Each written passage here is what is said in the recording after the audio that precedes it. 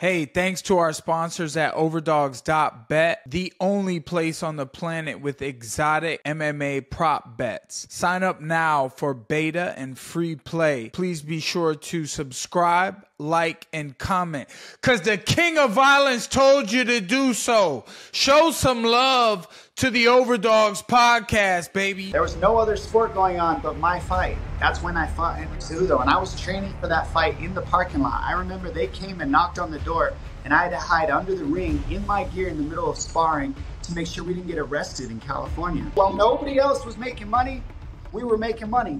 Don't forget that. At what point is there a players association formed? Because in all those other leagues, they've got it. And what decisions can be made and fighter pay and et cetera, et cetera.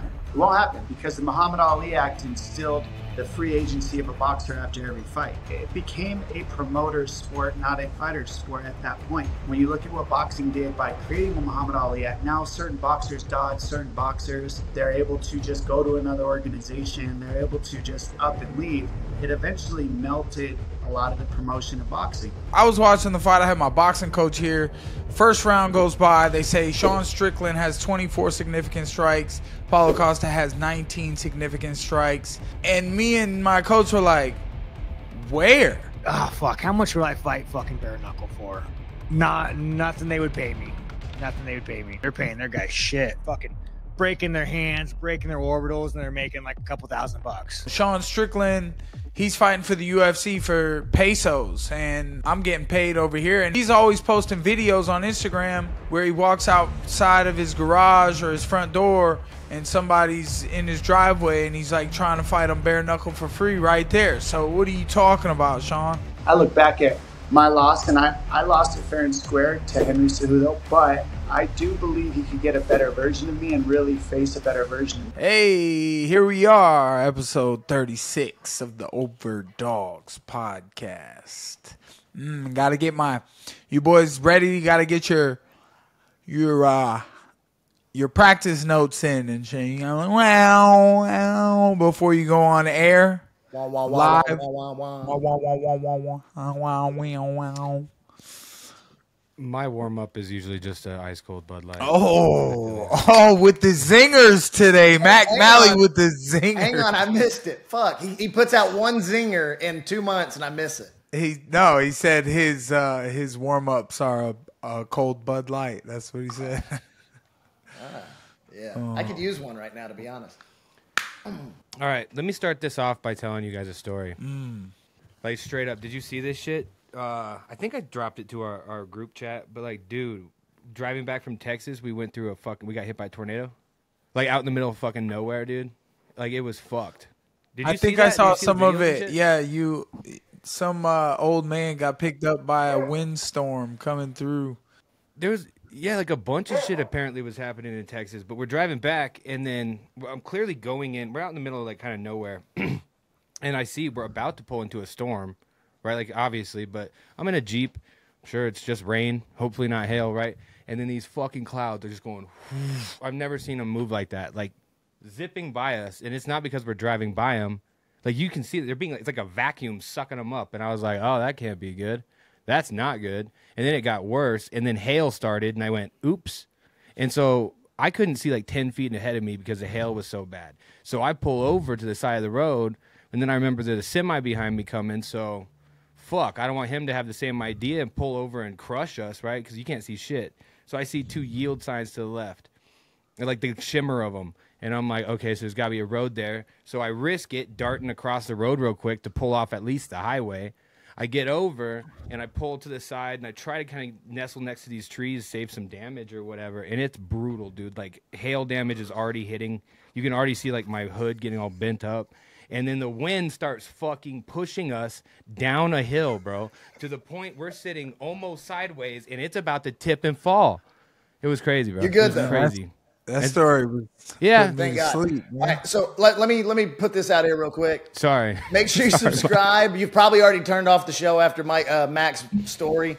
But if you haven't, make sure you hit subscribe. We'll pick winners we got Ilya Tapuria signed gloves, John Jones signed gloves, the fucking champs.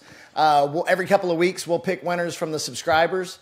So make sure you hit subscribe, like, share, comment, do all that shit. Let's hop into it, boys. Let's talk about 302 a little bit. I know Mike called that fight Islam and Dustin. What a fucking banger, though. Great night of fights, of course. It was an incredible show. Well, I don't know.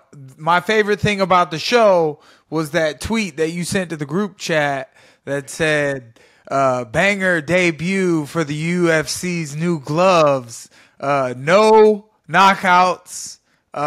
They got more eye pokes than usual. There was something else with the new gloves. So actually, I was fucked up, Mike. There is one, Jazz. If you pull up the video, there was one knockout at 302. The crowd. Yeah, it was the guys up in the yeah. You know what they're angry about? What was it? They're angry that they're sitting up so damn high and they still paid like $2,500 for those seats. It actually cuts off the oxygen up there, and you can't think straight. Because the white guy was saying, "Come on, white boy, come on, white boy," and I'm like, "Dog, you're white."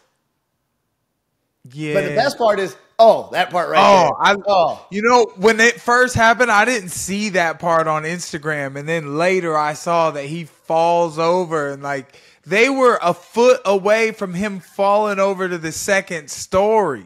That's what I was wondering. Like, how close were they, right, to that level where you drop like 30 feet? Oh, he's getting them good, dude. He kicked the whole team. Good for that guy, man. That guy's going to get a contract. Can you imagine like paying $2,500 to fight someone in the crowd, him fall off the side, and you catch a homicide, like going to a UFC fight? Like, right. Yeah, I mean, dangerous shit. At what point is it not self-defense anymore? Probably after the somersault. You get to let a jury decide that, which you damn sure don't want to do. You got to let him get back up after he fell over. You know, I don't know. Just don't go to a UFC fight and pick fucking fights. I mean, it's pretty simple. Like, you're there for an event. You just hold on now. From a fan's perspective, I feel like that would be a really good time. Like, bang for your buck. It was the only knockout of the night. So, man, I feel like that's the way to do it. Like, you get the nosebleed seats. That's next level ratchetness, though. Like, you paid $2,000 for those high up nosebleeds. And you're like, I'm pissed all night long about the money I've spent, and I'm just going to argue with this dreadlock white boy and who's calling me a white boy and just throw him off the balcony. That's fantastic, man. Love to see it. I bet that guy talked shit on Twitter before. Fuck that guy. He's probably been in your mentions. What do you guys think? What do you guys think the legitimate ratio is of... So if you're married, I'd say that's a little bit different. It's not a good look. But if you have a girlfriend, you guys aren't married, what's the ratio of women that stay with girlfriends that stay with their boyfriend after watching you get beat up in public? Oh, get beat up? How often do you think they stay? Well, hold on now. Well, because in this generation with the pages out there and these girls looking for sugar daddies and OnlyFans accounts, it's a weird dating world out there nowadays, and you know, I'm glad I locked down a good one. She's mad at me right now, though. Of course, I didn't do anything, but she's just mad that I am happy, I think, and she's like, there must be something wrong, but I think that's normal.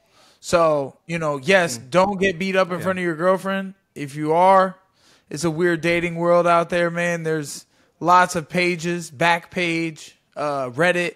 You can go on there, find you a new girl ASAP. Make sure y'all leave them cheaters, man. If she won't let you look at her phone, man, leave them cheaters. Don't be spending your manly, hard-earned money on these cheaters, man, unless they know their place. I just watched a video, and it was a interview, 3 girls and a couple of guys on the panel, and he said, "What made you get into OnlyFans?" And she was like, it was when my grandfather died.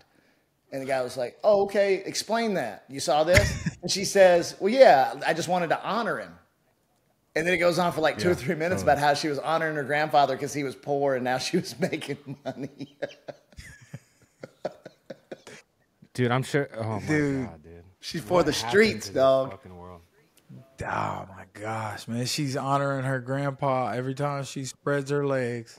She said he was a minister and he just didn't have any money. So Yes, I remember. Oh my gosh. Those podcasts are crazy, bro. They just bring on the craziest cast of people. I saw I've been seeing lots of these videos where they block off bridges or traffic or roadways and they're like doing donuts or on motorcycles, or like I saw one they made this kid get out of the car. These people are surrounding the car, and what I'm confused about, I get it, like all these people are around your car, you don't want to hit the gas, but then they start attacking you. Like, it's self-defense. If you're being attacked in your car, bro, hit the gas and get out of there.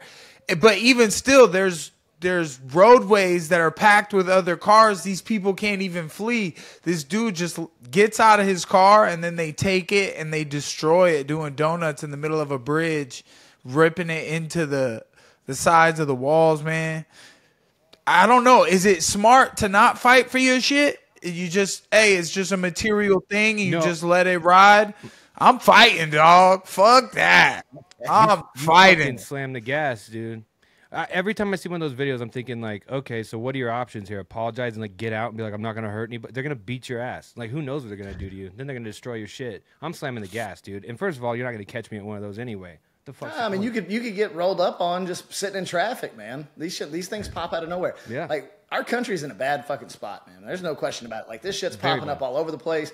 Like, rampant violence, in the streets, especially like all the videos coming out of New York and stuff. People, getting mugged and shot for no reason. Like, I'm sick of it. I think the country's sick of it in general. And we saw the ovation that Trump gets at like UFC events, right? Like, props to the UFC for not taking like political stance. I mean, I guess they are, right? Because they're bringing Trump in with fucking Dana, so they are taking a stance. But they're taking the opposite stance of like NBA and NFL and all these other ones that are like, oh, it's June 1st now. We're going to change our logo to, the rainbow flag, right?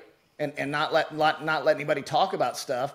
Like, it's absurd. So shout out to the UFC on that, because they do things completely different. Yeah, I live in Florida. And it's like the America of America, and the United States is like the Florida to the rest of the world. Like, Florida is the only true free state. We're lucky to be here, live here. Don't move here if you don't live here. Fix your own fucking state and get it right out there. Let's talk about Strickland a little bit. Strickland and Costa, right? What'd you guys think? I thought the card overall was boring. I thought that fight was extremely boring. I don't blame it all on Sean, but man, it seems like his style has just gotten really fucking boring at this point to me. I feel like I'm one of the few. I was so tired from the trip and whatever, and almost dying in a tornado. Also, we're giving away sponsored gloves. Thanks, Josh. I was so tired. I was entertained. I wasn't like, this is the best card ever. I don't know. I feel like that was a problem with Paulo not really pulling the trigger. We all know how Sean fights. He's always fought like that. And if he's winning a fight, what the fuck did he have to do? Costa got to go out there and do something. He won. He keeps winning. Not the most amazing fight, but I think there's certain styles that make Sean Strickland fight a certain way, and Paulo was not pulling the trigger, and he's kind of said that himself. So I think it was just that. Not a huge deal. No one agrees with my thought process on this fight. I was watching the fight. I had my boxing coach here. First round goes by. They say Sean Strickland has 24 significant strikes. Paulo Costa has 19 significant strikes. And me and my coach were like, where? Huh? I saw Paulo sticking and moving. Now, don't get me wrong. He fell down a couple times. They weren't like huge knockdowns, but he like kind of slipped, tripped, fell over. I don't know in MMA if you call that a knockdown. How's it going on the scorecards? Obviously, the sticking and moving and not getting hit back. It's hit, don't get hit. Obviously, Sean's closing the gap, trying to walk him down, but his front kicks were touching. The fifth round, obviously, Sean started going for it and was like doing jumping front kicks, and like it was funny, and he lands it. Costa blocked it and it hit his forearms and it knocked him down. So I guess, the right man was given the fight. Obviously, it was a split decision because of the one judge. People are so animate about that one judge, but like, I saw Paulo Costa's game plan, but at some point when you're doing that sticking and moving and you have the power that Paulo Costa has, you turn, you change, you hit the Uno reverse card and you stop going backwards and you start going forwards and you land that power. It was a good fight. Paulo had a different game plan than I expected. Obviously, it wasn't a 3-round fight. It might have been a different fight if it was 3 rounds. It was a 5-round fight. Paulo wanted to stick and move. He kind of had to work a lot more. But in my opinion, the sticking and moving was landing him more strikes than it was getting him hit. And I don't really know what everybody was so upset about when that fight was over. The winner had been declared. Neither side argued it. And, you know, that's what happens when you get a couple smart guys putting a game plan together. They work out for months on it. They're strong. They're two of the best athletes out there in their particular sport. Whatever. I lost a supposed bet. I should have, whatever. It doesn't really matter. I don't fight like that. So that's why I have trouble betting on other fighters, because I'm like, I know what I would do. What did you think about Strickland's comments after on BKFC? Did you see that? Was that after or was that prior? That was before. Oh, prior. Okay. I mean, I guess it's when the money stops, man. I don't want to go fucking be with those assholes who go fight bare knuckle. But I guess they paid me enough. I do, I mean, how much you have to pay to go fucking fight a man without gloves on? Well, yes. Oh fuck! How much would I fight fucking bare knuckle for? Nothing. They would pay me. Nothing. They would pay me. I mean, they're like bare knuckle. You want to talk about fucking crooks, dude? They're paying their guys shit. Like bare knuckle is one of those organizations where like you hear these numbers, it's all bullshit. Like if you look at the lowest rung of the guys, they're fucking breaking their hands, breaking their orbitals, and they're making like a couple $1,000. Yeah, bare knuckle is fucking trashed. But they're not. They're not. They don't have the skills to break their fucking hands, or their opponents don't have the skills to break their fucking orbitals. So, obviously when a big league starts off, or when a league starts off, it's not big, and they're trying to get the door open to eventually be big enough to make a difference in people's lives. And you can't start out the gate like just saving every little broke-ass fighter who comes along and thinks that they're worth the same as the main event. It's just not that way in any of the sports. And the UFC, is no better, because it's 10-10 when you're actually on the card. They got these big fights on the Contender Series. Those guys are getting 5-5, and obviously there's guys at BKFC early on the card. There's people who would fucking fight for me for free. Like, we'd put on a fucking show because, I mean, I would promote them. I would give them the respect they deserve as an athlete. I would try to, give them the things they would want.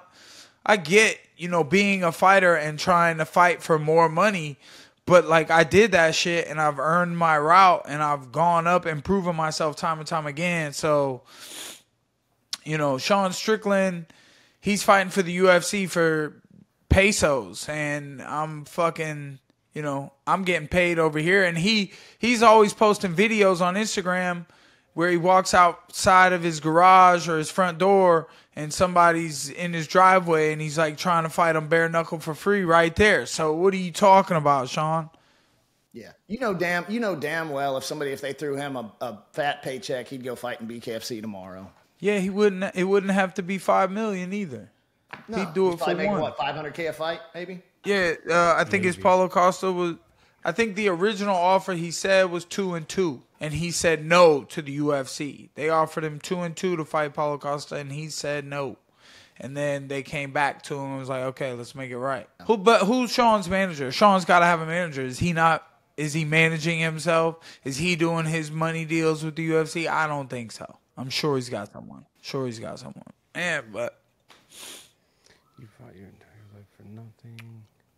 facts about oh yeah, Eddie Alvarez had a lot to say. Eddie Alvarez has been saying a lot since he quit after a 4-minute fight against me. He's been is all talk. His little soft ass, you know, what else can he do but talk when he quits in fights? It's, you know. Hey, what was that thing? What was that thing? It was like a AI voice with Mark Cuban, and he's like, the first letter of give up is G, and you know what starts with G is gay, so don't be gay and give up or something like that. Well, I remember, dude, that was like the craziest thing about the Eddie fight. Like, Eddie's known for going through bangers, dude. Like, that dude don't back down, and you made him quit. Like, it's more impressive than if you just one shot deaded him.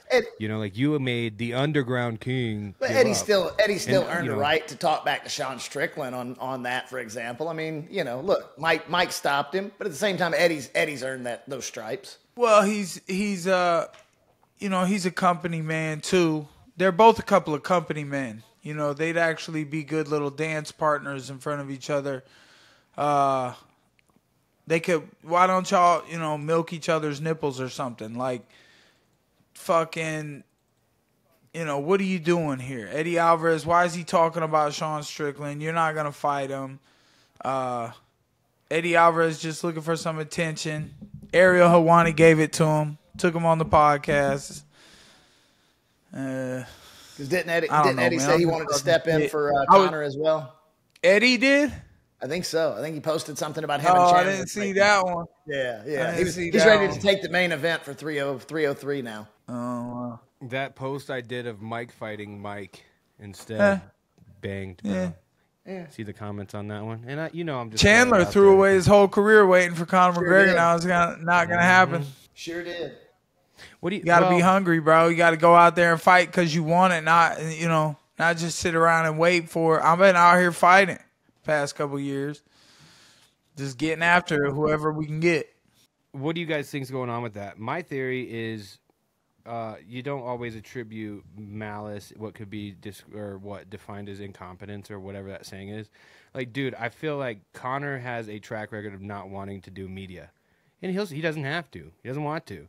So I just think he probably canceled it. Like, he just, fuck it, I don't want to do it. Guess what? I'm going to party and keep training. He never pulls out of fights. I heard my mom was telling me something today about UFC Fight Pass pulling down Conor's fights. Yeah, they removed the videos on YouTube. Like, when they are coming up to a big pay-per-view, they'll put out free fights of the fighters kind of involved for free promotion.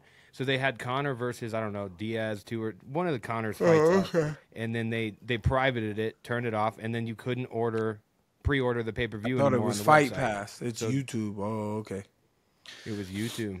That's what happens when you get your fight news from your mom, Mike. My mom's, she's up to date, man. What are you talking about? She knows her stuff. All right, Dominic Cruz, man. He's afraid of chugging maple syrup. What's up, Dominic Cruz? You're a legend, brother. Mr. Platinum. You're a legend. And I only said that What's because up, of the text message that you sent to our producer about me not following any rules or some shit. I mean, come on, let's be honest. I was shocked. He said that there was a set of rules that I had to follow to get into this podcast. And I thought to myself, Platinum doesn't follow no fucking rules. I'm a great employee, sir. Believe it or How many not. jobs have you had? Man, I'm a hard-working mug, man. Shit. I know you work hard. I know that. But how many jobs, how many times have you been employed and you had a boss that told you what to do? Many times, man. I used to work construction. I worked at the Melting Pot. I was an SA, a server assistant, where I bust tables and I made the dinner trays and the cheeses. I put the cheeses together. I worked at Chili's as a bus boy as well. They wouldn't let me serve tables. I didn't have the face tat yet, but they used to yell at me and say, "I'm not letting you out there, Mike. You're not serving tables." I was like, "Why, dude? I'm so much fun." Have Mike Perry as a server. That's a good tip. Can you imagine? That's a fat tip you're going to get, bro, because you're new, man. Come on. I think you need to jump back in the game, bro. I'm gonna go get a job tomorrow, man. I'm gonna go do it because Dominic told me to. You can do whatever you want. Mike preparing your fondue at the melting pot is I mean, let's be awesome. honest. That would be pretty funny. Like, there's no. That would be I fucking guarantee awesome. you, people would line up just to see you serve melting pot stuff And explain be the an different actual cheeses. server like you needed the job. Like, I want to see that version of Mike there. Let's Ken Pie Media. We all know you don't put need the that job. shit You don't need it now. No, I'm doing quite well now, but I do need, you know what, man?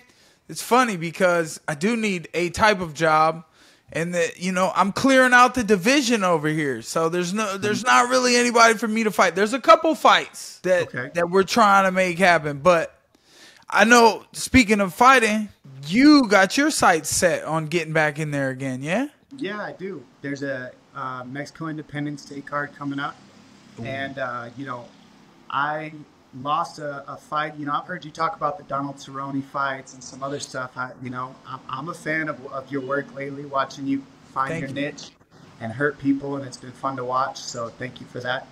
And, you know, I like the way you word it. Like, look, these guys got me ready. They set me up. They tried to be my friend. And then he went and ripped my arm off. Like, the way you put that is so MMA community. It's so how it works that you got to be careful who you train with in this sport. That being said, I look back at my loss, and I lost it fair and square to Henry Cejudo, but I do believe he could get a better version of me and really face a better version of me. You know, in the Olympics pool, in any wrestling pool, when you're growing up, you can wrestle the same guy up to 6 times in one season because the sport is so evenly matched. And, you know, I've had rematches against Benavidez. I've had rematches against Uriah Faber. I've had rematches against that whole team Alpha Male where I had to take each guy out step by step in order to keep my title. So I would love a rematch with Henry Cejudo on the Mexican Independence Day in the Sphere. I think we could do make a pretty awesome fight there. That's pretty good, man. I haven't heard him been talking about that one because he's trying to call out Henry. I've heard him call out a couple other people, but that's actually a really juicy one, you and Henry in the rematch. And that rematch thing is definitely something that I don't think I've had my part in where, you know, yes, an opportunity to get back at Cerrone, you know, to throw some punches at him, that would be a ton of fun. But it wouldn't be quite as rewarding because he won't have his grappling. I mean, don't get me wrong. If he happened to come into a bare knuckle ring, I don't think he is. He said, I don't want the smoke. But if he were to come in there, I'd have a field day punching on him. But, you know, his grappling is where he got me. He tricked me. He taught me a lesson. I'll give him that. He's a little snake in the grass. There's the little snake in the grass. And he fucking took my arm. He's a vet. He's a vet. You're a veteran too. But this is the thing. That's why rematches happen, Perry. And I like it because, you know, I've had to do it. Like I said, when you're evenly matched at a high level, man, we can keep bumping heads, and it can go 50-50 a lot of the times. You know what I mean? It can go back and forth. But I think you should make another niche with your new job, right? So now that you got your new job, we already established that. Now you got some side money at the melting pot. You can add that to your repertoire. But besides that, I think you should be the first one to tell bare knuckle boxing to add an MMA style bare knuckle match where now you can appeal and get these guys to come into your world. They still have their edge to grapple, but they got no gloves on.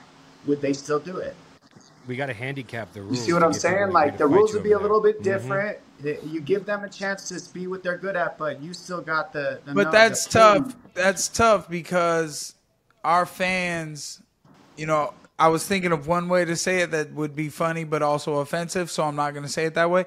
Our fans like that stand and bang in the middle, and, you know, it's a firefight in there, bare knuckle boxing. Plus, it's boxing. Like, I really love boxing.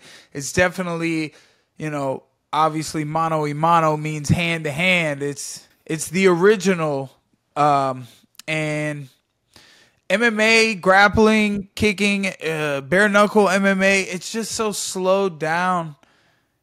It's just a technique to slow down the fights. Obviously, there are head kick knockouts, there are submission finishes, but Yeah, that's cool and all, but then when you're watching the first 4 rounds and you're like, God, please stop holding him on the ground. I want to see a fight. What if you just agreed to add kicks? My thing is this. I think that it'd be hard to grapple you without gloves. Yeah, I gotta really be honest. Like, it's a totally different sport. Oh, Cowboy used my glove for sure when he was ripping my arm off. Oh, he had my glove good, boy. Not He was just holding that, on. but the striking changes, Perry. You know this, man. The distance is completely different without gloves. Like, you're not striking from way out here the same way. You're striking here. And it can be boxing and grappling. It doesn't have to be kickboxing and grappling. Remember, I'm just making ideas up because you look at Demetrius Johnson. He's making rules however he wants in other shows. You know, so I'm just throwing it out there. You're a free agent. You, to an extent, being a bare knuckle, they take good care of you. From what I see, they made this show kind of like, because you bring the pain, they bring they tailor a lot of things for you. So it's just an idea because I heard you talk about Cerrone.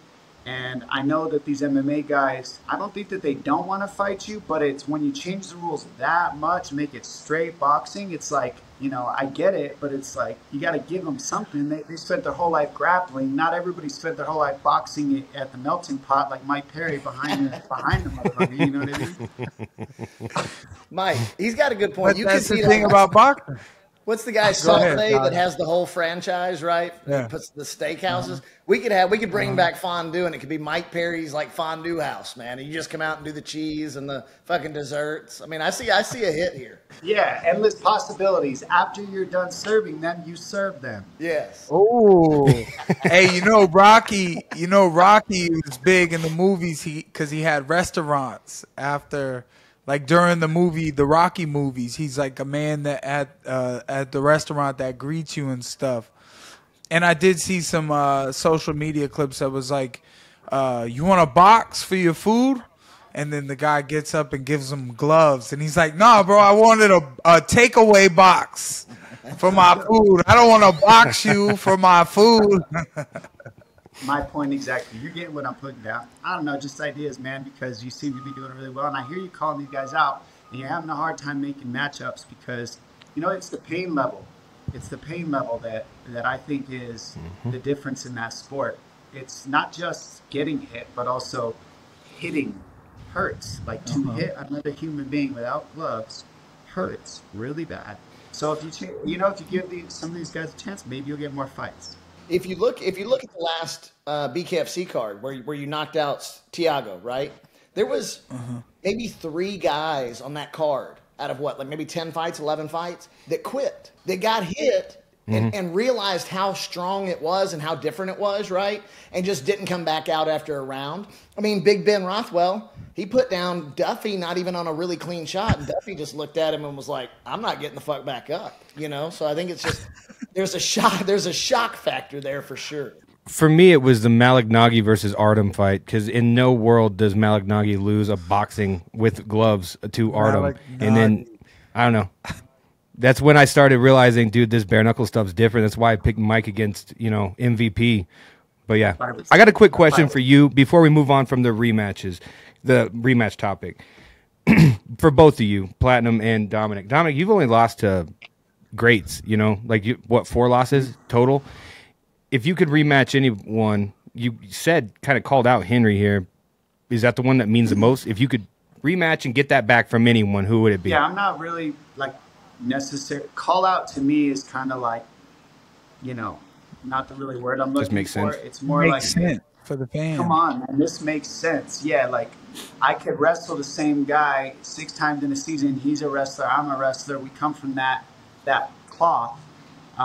And I've had many rematches in mixed martial arts. So has he. He also rematched Joseph Benavidez because he lost to him. And I've given a lot of guys that lost to me rematches. It's almost like it takes a pair of cojones, but it's sort of a respect thing for the person you're fighting at the same time. So I got respect for him. He beat me on that day. He was a better man that day. I'm not talking trash on him on that. 100%. When we're getting ready for the fight, he'll hear what he's going to hear, and that's going to be what it's going to be. But the bottom line is I just think it's a good matchup for the world to see. I know he can fight. I know I can fight. And I think, Mexican Independence Day this year could really hit. And that's going to be a sick card anyways. And let's face it, we're both Mexicans, so it makes sense. What about you, Dude, Mike? I totally like, you know, my record in the UFC was 8-7 or even 7-8. I don't know, but it was, you know, 6 of the 8 were decisions, and like 4 of my 6 were knockouts. So I won 2 decisions. I lost 6 decisions. Like, come on, bro. Like, and I hate that I even said the word lost. Like, lost. I hate that fucking word. Fuck that word. It's not real. It doesn't exist. It's just I was a young kid. I was green going through the UFC. Dominic had already taken over WEC by the time he comes over to the UFC, and still no one had the footwork and the shit to deal with him. He even taught TJ You're right. Dillashaw a lesson, who took his style and tried to use it against everybody else. And he's like, I created this shit, bitch. And he beat on TJ and taught him a few lessons, you know. And TJ's like, you know, he's a good fighter that came back a couple of times. And he had, obviously, MMA math is crazy. So I hate the word loss. It's like, maybe it's a negative, but, you know, a negative can be, what does it take? I don't remember math. A learning experience, man. But it was what, a learning 2 experience. negatives? No, 2 negatives is a negative. But if you multiply them or some shit, you could get a positive. I don't fucking know, bro. MMA math is the most confusing shit out there. But, you know, I just focus on, like, what I know I can do, and like he's saying, he knows his fight with Henry Cejudo. It makes sense. Like, it's a good fight. They're both calling for fights. They were both at the top of their game. They're both like, hey, you know, guys, I'm high UFC. I'm still itching. Like, I could go again, man. I could show you guys some world-class performance, and this would be a good show to do it on. So let's make that fight happen, man. I would love to see Henry Cejudo versus Dominic Cruz. I think that's a fun fight, and Dominic needs to run it back because he didn't get his full fair shake. Yeah, I did the best I could in those circumstances, and I'll hand it to him. But, you know I can show up in better form than I did. That was during the pandemic. I'm not. No, you handed it to him then, but now you're gonna take it from him. I'm gonna take it, and that's what I'm talking about. I see no losses, Mike. So I feel you on that. I see nothing but lessons, bro. And guess what? You got a lot of lessons. So don't underestimate the lessons you learn, bro. Like, give yourself a break on that. Don't beat yourself up so bad, because I can think of a lot of guys that when I was coming up, they were losing. They might have 8 losses now, and now they're up fighting for titles in the top 5. You know, the universe, whatever you're following is God, whoever is listening, whatever your higher power is, has their timing. It doesn't mean you're not a champion already. It's just not the time. But a lot of lessons is what I hear in your past. And look what the lessons taught you. Look where you're at now. Then no losses. You're right. There's no losses. Look at where you're at. 100%. No, for sure. I mean, I definitely got my experience in the UFC. Like, I was a young kid. I was knocking everybody out on the regular, like the circuit. And then they were like, let's get this guy a big fight. And then, you know, like, I went to the UFC as they were switching over. And it wasn't I mean, they're doing big things now. They're NFL, NBA style. They're doing the big things, but there's something missing in the fight game where the UFC was when it first took off, and like how they let the fighters dress the way they wanted, do their walkout songs. Obviously, we still get the walkout songs, but you know, we just had more say in what goes on in our fight careers. And you know, that's one thing that's really helped me blow up doing this bare knuckle, is that I've been able to do these things the way I've wanted to do them. I get to wear my clothes. I get to say what I want to say. They're not trying to coerce what comes out of my mouth. And, you know, that's just all things that came through time. I mean, dude, you are like, you've been in the fight game for like 40 years, bro. 40 years. I usually get the old jokes, I'm not even Dominic. So I'm 40 glad years you're old, here. man. You've been at WEC happened like 30 years ago, bro. No, I've been in the game for 20 years. I started in 2005, and it's been about, almost 20 years. So that's 19. But like you said, we don't know MMA math, right? At That's the not same time, including all the training you did before that point to get to that point. Yeah, that's part of it. This is what we signed up for. But in the UFC, I do know that it's the best competition on earth in that aspect. And so that's why I stay where I'm at, because I want to start and end with the best mixed martial artists on earth. And, when I crossed over from the WEC, I was the first ever champion in the WEC, the first ever champion in the UFC at 135 pounds. My rivalry with Team Alpha Male at the time is what kind of constituted the weight classes and us butting heads and got all the shakedown. And, I'm glad that it went the way that it went. But, of course, I'm still here. And I want to get that rematch in there, I've had a couple losses, and I just know I can show up and come back and use those as lessons. Well, so I have nothing against the Henry fight. Like, that's a banger. That's a fucking banger. And I'm not, but you're talking about how long you've been in here, and who also has been in here? Aldo. What if they offered you Aldo? Because, I mean, that fight makes hardcore fans, makes me start rolling my shoulders, dude. That's a banger. Yeah, that's a banger. What if they offered that? I haven't fought him yet, so I'm not opposed to it.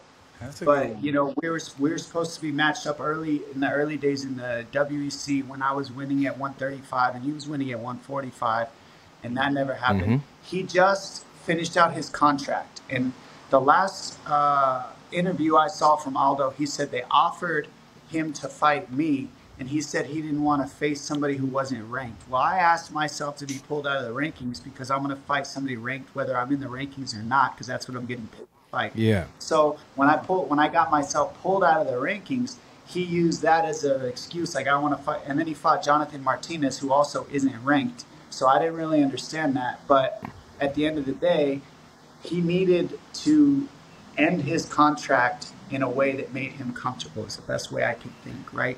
So I see. Let me just get out of the way of that guy who knows who he is, knows what he is, and can bring a scrap.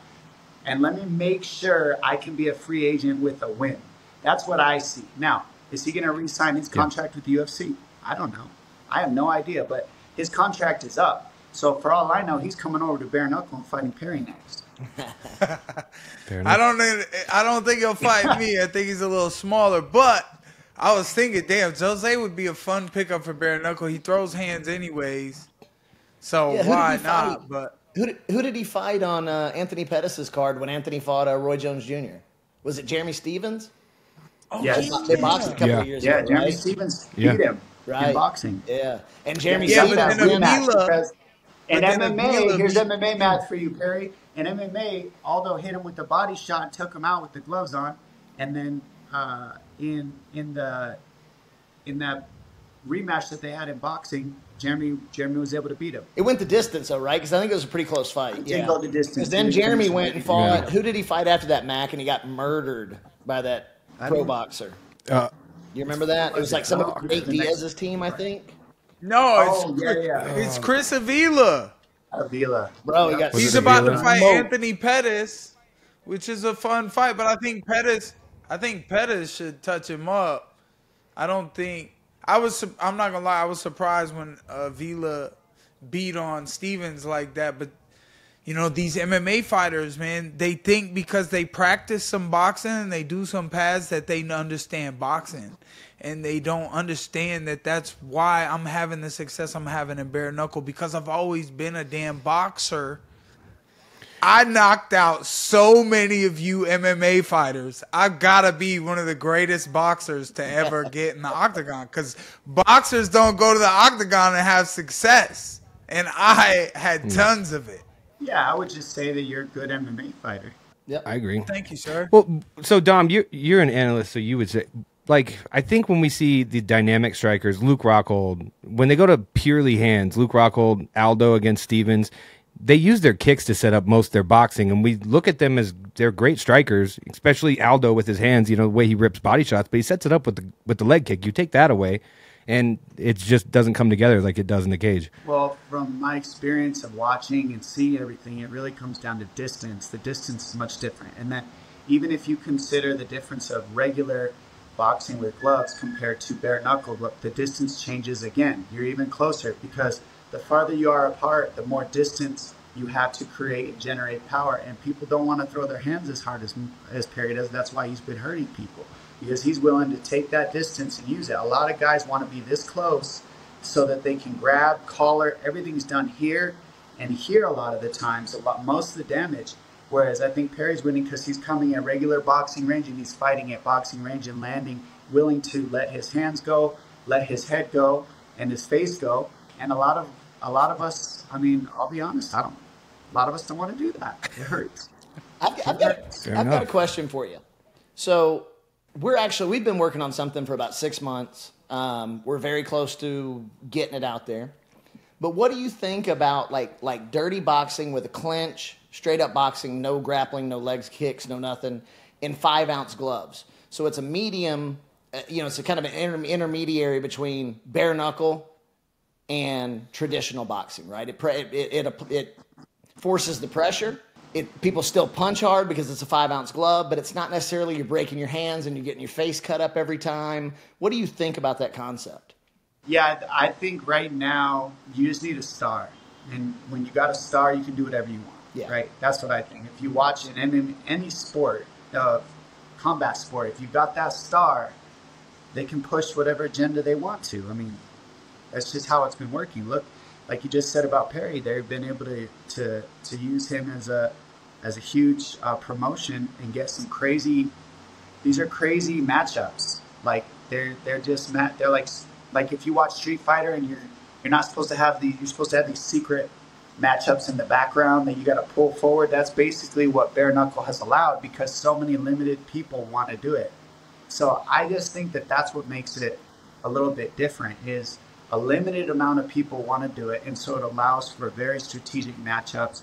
And there's a lot of damage that takes place, and I think people like to watch that. I believe it's going to keep growing, but I do believe that mixed martial arts is the fastest growing sport in the world. The UFC, what makes it different is they're international. They're growing internationally. That is not being done by any promotion on earth. I'm talking Brazil, China. Right now, I'm in Mexico City training at a UFC PI. They're building UFC PIs all over the planet, and then they're taking the best fighters in each region, and they're building these guys from scratch. And now they're going to throw them into the UFC after they built them. They've got everything they need from food to scientific testing to get your cardio where you need it, supplements. I mean, you name it, you've got it. And now these guys are like catered to and built from the beginning. And then they're going to go on to Dana White's Contender Series, and then they get built there as well. And then they get the right strategic matchups, kind of like they did with Sean O'Malley. Not hating, he's very good, but they took strategic care of anybody who was on The Ultimate Fighter, anybody who was on Dana White Contender Series, because those are fueled by the company themselves to build their careers. Yeah. And, as they've done that, those people have been, anybody who's on The Ultimate Fighter and won it, generally does pretty well in the UFC because of the pace that they're built. So what the UFC is doing is untouched. They're expanding in the entire planet. They're taking over the entire planet in mixed martial arts. It's becoming the NFL of mixed martial arts, essentially. Absolutely. And, that's why we can wear what we want to certain parts of it, but I also understand when you're running something that big of an organization, you kind of got to blanket everything. Just like the NFL, you can't wear Condom Depot on your helmet. You can't. Okay. It's just you can't do it. So I get the big picture because of that. I want to touch on this too, because we are now seeing the UFC evolve into what I consider an NBA, NHL, MLB, NFL type organization. Bigger. Right? We were the only organization fighting during COVID. All right. So tell me this. Yep.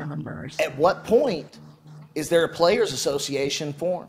Because in all those other leagues, they've got it. And they wield a lot of power within those organizations and what decisions can be made and fighter pay and et cetera, et cetera. Won't happen.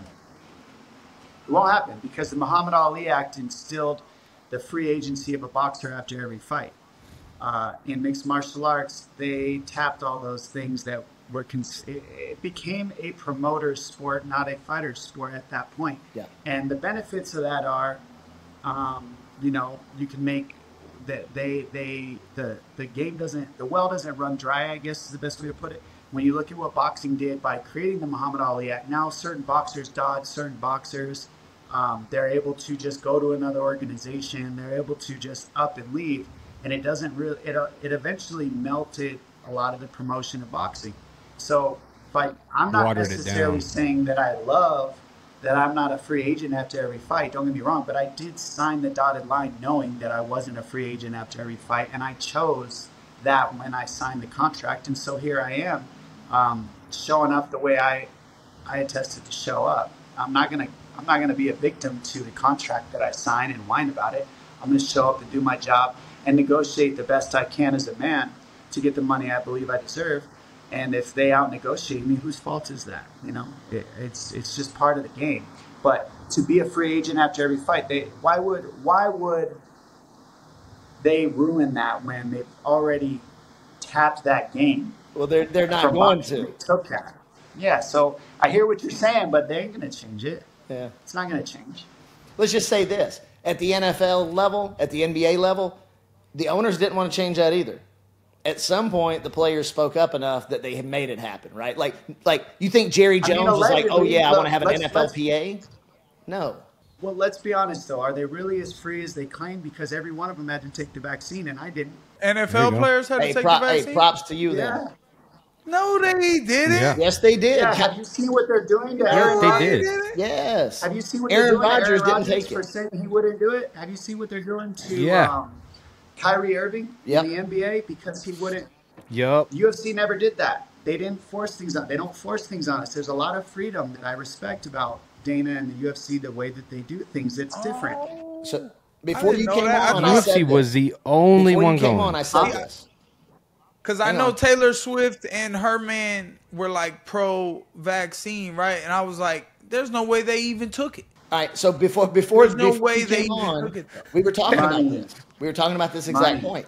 And I said, I love the fact that Dana and the UFC have stood their ground. If you look at every other league, right? June 1st hit, and all of them now have rainbow logos, and they do this and they do that. And Dana's been like, look, we're just not going to sit here and kowtow to everybody else and every political stance that blows through every month, right? Because there's always something to bow down to. And Dana has taken a firm stance against that. And I have mad respect for that. Like 12 NFL teams this year didn't do it either. Why were we the only organization that stayed open if the NBA, NFL, Major League Baseball, if they're as free as they say? If there's this big agency, right? But yeah, they're making big basketball money. was open, Huh? right? I thought basketball and football was open because But like a year later, they there did the was, bubble like, and all that shit. The fans were digital in the crowd. No, And the shut down, audience man. was It was shut digital. down. There was no other sport going on but my fight. That's when I fought Henry Cejudo, and I was training for that fight in the parking lot. I remember they came and knocked on the door, and I had to hide under the ring in my gear in the middle of sparring to make sure we didn't get arrested in California because I was training for a world title fight. So I ended up having to go out to the parking lot because you're not allowed to train indoors during COVID, and I had to go hit pads and do whatever I was doing in the parking lot. It was crazy. It was a crazy time. I'm proud that I made it through it. I'm proud of the whole world who ever made it through it. That was a challenging time in the world, the pandemic. But at the same time, I love the UFC stance. I love how it's not necessarily that they disagree with these other stances. That's also what I love. They're not saying, no, absolutely, it's crap. Yeah. They're just saying, do you, we'll do us. No disrespect to any of it, but you guys do you. And to me, that's freedom to an extent. Like they can do what they want. Whereas these other organizations, none of these players were playing basketball. None of these players were playing football. None of these players were playing baseball. Nobody was playing hockey. Nobody was playing any games. There was no other fighting. I didn't know that. I didn't really think about that. I thought it was just It was normal for me too, because I was still in the UFC during COVID. I was fighting. That's my during point. COVID. We were making money, Yeah. bro. While I didn't nobody know. else was making money, we were making money. Don't forget that. I live in Florida, bro, so everything is normal to me. Like everything, we're so free here. I just didn't even recognize the rest of the world was on fire. You know, Well, recognize Cali it. especially. Recognize it. It was a dark time, and the people deserve to know that, like it's you got to take a big picture here of everything. It's not just, oh, what about these organizations? They're not paying the fighters enough. I hear you. Don't get me wrong. Every single person here believes, even you, Mike, you've been taken care of. Guarantee you believe you should be getting paid more money. No matter who you are, we believe we should be getting paid more money. That's just the way it goes. So the bottom line is, like, when does that go away? When do I take the responsibility that I signed the dotted line for that amount of money and now I just go do my job? When does that start? There you go. Instead of being a victim A little to the personal organization, responsibility, huh? I mean, we're all signing. We're all signing. You're grown, man. We're all doing it. So what's there to complain about? Some guy wrote on my Instagram yesterday, and he was like, I would rather live a regular life with like a little bit of money, go to work all the time, rather than get punched in the head and have CTE like you every day or whatever. He wrote that yesterday, and I wanted to be like, that's because you're a pussy, bro. Or I thought of like Troy, like, that's why no one will remember your name, bro. It's fine. Like my CTE's not that bad, bro. It's fine. Bitches are retarded. Like bitches still think I'm handsome. So CTE is not that bad. Well, it sounds to me like he struck a chord because CTE has a little bit of effect on you, and that's okay, Mike. See, dude, you don't even have to be a fighter to have CTE. So imagine, because we're all a little special out here, man. And imagine you're just out here. Amen. I think we're all pretty crazy. Not just us fighters, but the ones who don't fight might be crazier because they're going to go 9 to. I say, you're going to go 9 to 5 for the rest of your life instead of taking your life into your own hands. So we're all crazy. They're crazy their way. I'm crazy my way. You're crazy your way. We're all crazy. It's all good. I'm probably missing a chromosome. You might have an extra one, bro. I'm not really sure. It's all good. And imagine that you could just go fight someone for a big check that you make like $350 a week, $350 a week, right? And then someone's like, here's 10 grand, bro. Go fight that bum, bro. I'm gonna record it on camera. We're gonna get views, and here you go, 10 grand. You'd have to work like 3 years to get 10 grand at $350 a week. And right I don't now, know if my math is right. we are witnessing the end of Mike Perry's melting pot career. Right there. It's over. It's over. That was it. That was it. No, 2 weeks notice. That I'm was Right gonna there. go eat at the melting pot though. I'm gonna go eat there. That shit is good. So Dom, what do you do? Dom, sorry. I know you're a smart guy, and you do a lot for the UFC, commentating, broadcasting, behind the desk. You do your research on your athletes, your fighters. You talk during the show, and then, what do you do outside of the fight game? Because we've been talking with you about fight game since you've been here. What else does Dominick Cruz do? What businesses is he into? Where does he, put his money? What are his hobbies? And what are your dreams beyond the fight game? That's a great question, Mike. Honestly, I'm pretty obsessed with this game while I'm in it. I'm obsessed. This is what I am. This is what I be. And so when I'm done, I'm done. And then I'll be able to move to that, right? But there's kind of this sickness where there's no off button. There's an obsession, no off button until it's off for me.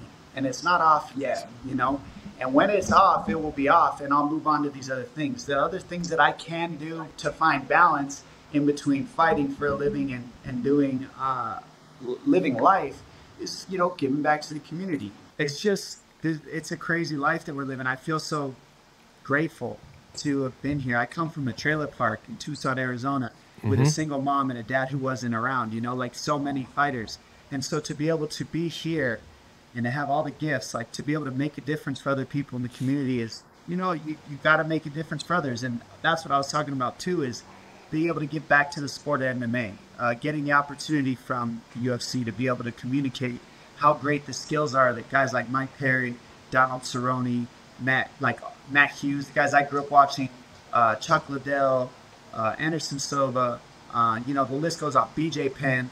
These are the guys that, like, now that there's new versions of that. You got Sarukian, who's nasty. You got Charles Oliveira. You got Justin Gaethje. You got Max Holloway. You got all these guys that are just so sick. And I get to watch. And the reason I do the film study is because it's not about me. It's about that athlete and their skill set. And showing the world, I get the opportunity to explain to the world how special they are. And to me, the amount of work that we put in as athletes, I think it's important that the fans get to know that, and that we do our educated research on that specific athlete's movements. That's just how I feel about it. It's not about me or what I got to do. It's about them and what their 15 to 25 minutes. That's all they get. That's all I had.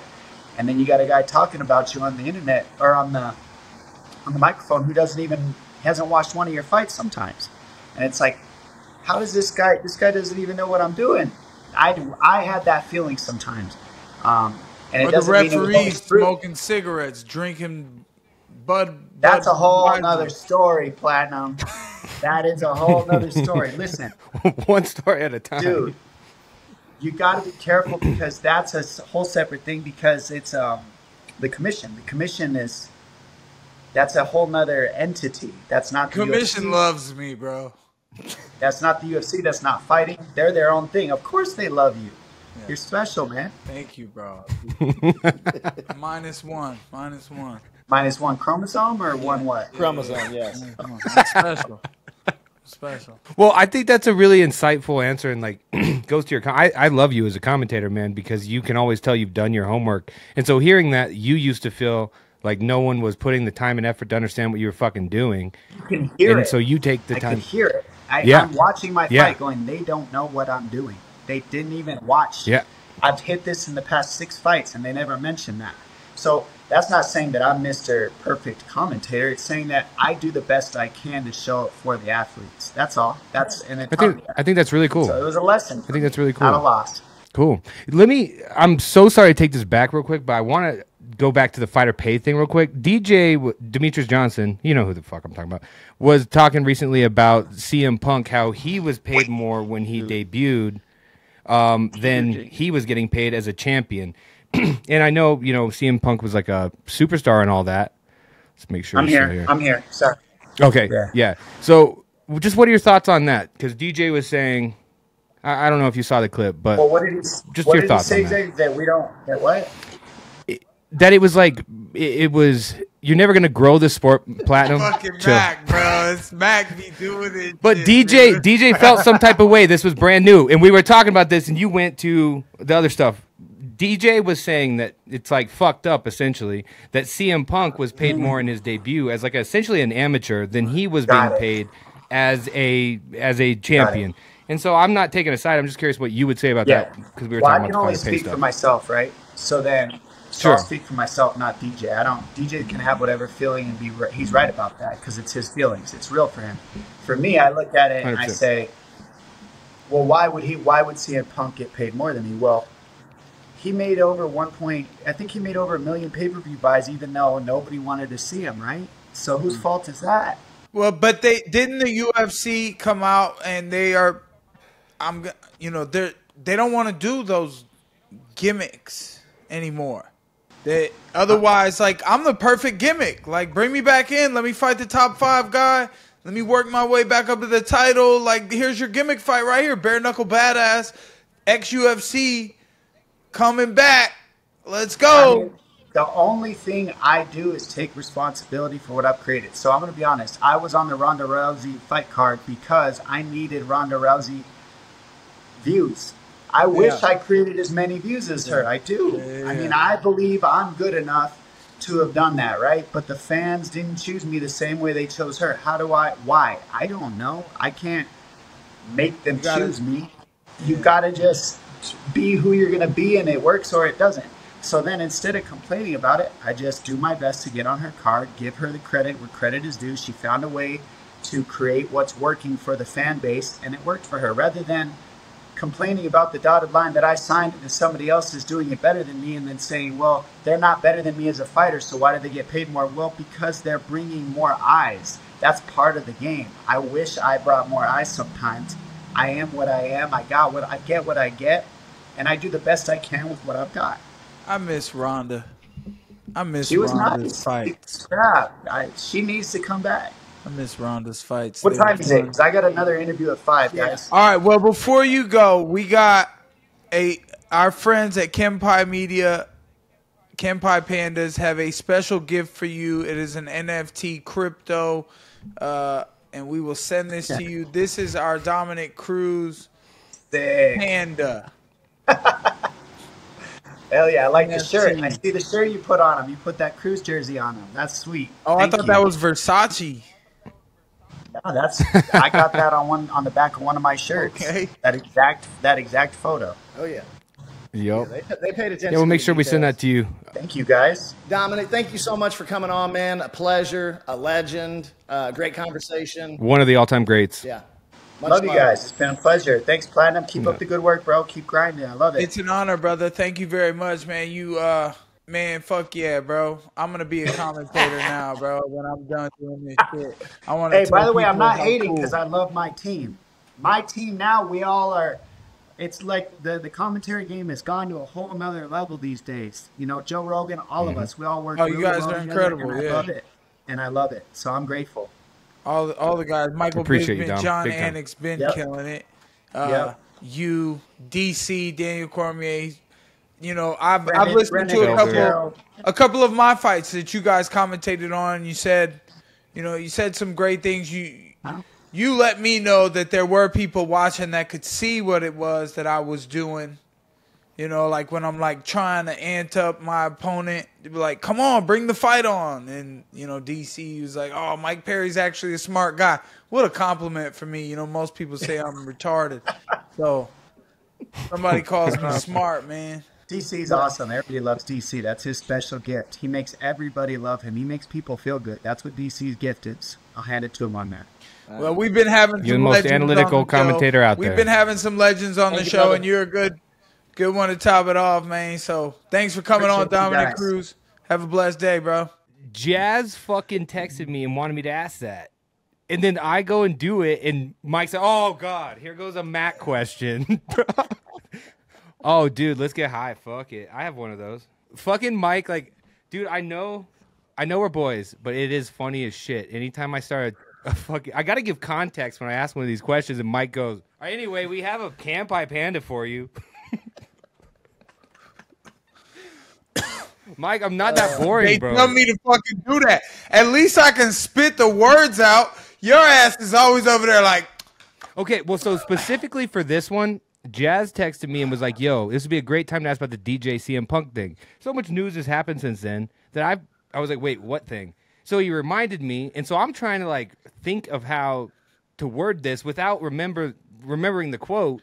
the fact you that called you me can out on it. multitask, the fact that you can be on the podcast in a conversation, really, you know, we're wondering if you're paying attention, but you're reading a text message from Jazz, and then you pop in to try to ask a question, and it takes you 2.5 minutes to go. Okay, I'm the retarded one then. Maybe are I your have more thoughts on CTE than this? you, dude.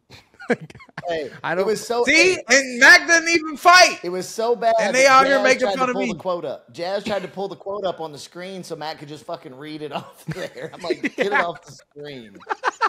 Get it off the screen. And we can't. I was like, we Oh, can't I drag should've this one out asked any him. further. I'm doing my best out here, boys. All right, I boys. forgot I love about y'all. asking him. Another banger episode Take with a shot. Dominic. Lead us Wait. out, Mike. Yo, what? Let's talk about Islam Poirier real quick. We didn't even touch that one. It's a big deal. We did. Yeah, We did in the very start of the show. No, Yeah. we touched. I think No, you we do started have with CTE, Strickland. dog. It was the very first segment we talked about Islam and Poirier. first thing we talked about. Yeah. Hmm. Well, And then it was No, we well, didn't- You talked about your tornado first, and, And then you then we get- went into yeah. Destin and Islam. I think you were still in. Shock. No. Where's that place that she goes when she clicks her heels together? Fucking Wonderland or whatever. Fucking Wizard of Oz. Fuck you guys. All right, that's episode 30 whatever. Love you guys still. Fuck. Mac, Yeah. don't say fuck you, bro, because I will fucking punch you next time I see you. Dude, I expect it already. Like, the first time I'm like, Mike, dude, what's up? You're going to be like, took too long for you to say it, and punch me right in the stomach. No, because he saw me. He damn well saw me, and he's like, oh, I already got to do a podcast for this motherfucker. Now he's here at my fucking KC show. I love KC, and they got to bring Mike over here, and he's going to get all the attention. No, I'm not going to fucking say hi to him.